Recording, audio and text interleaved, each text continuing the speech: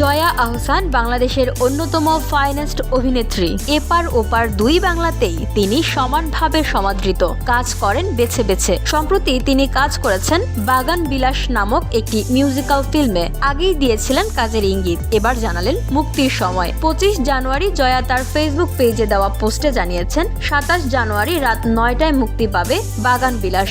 অভিনেত্রী পোস্টে লিখেছেন, আমাদের বাগান বিলাস 27 জানুয়ারি রাত 9টায়। 20 জানুয়ারি এই কাজের কথা জানিয়ে সঙ্গীত শিল্পী প্রীতম হাসান ও এলিটা করিমের সাথে একটি ছবি পোস্ট করেছিলেন অভিনেত্রী। জানিয়েছিলেন তাদের সাথে খুব রোমাঞ্চকর একটি কাজ করতে যাচ্ছেন। দর্শকও অধীর আগ্রহে অপেক্ষা করছিলেন। তাদের সেই অপেক্ষার পালা এবার ফুরোতে চলেছে। প্রীতম হাসান গানের পাশাপাশি ভালো অভিনয়ও করেন। বাগান বিলাস এ জয়ের সঙ্গে কাজ করা নিয়ে খুবই উচ্ছ্বসিত।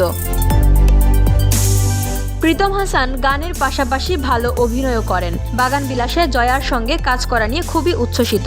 এর আগে এ বিষয়ে তিনি বলেন, জয়া আপুর সঙ্গে এটিই আমার প্রথম স্ক্রিন শেয়ার করা। এটি আমার জন্য খুব গুরুত্বপূর্ণ একটি কাজ।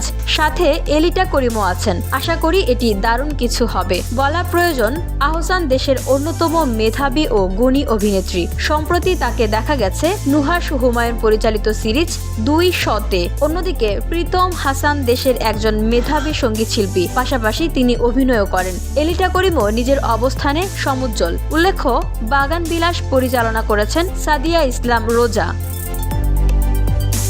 VOD Bangla news desk.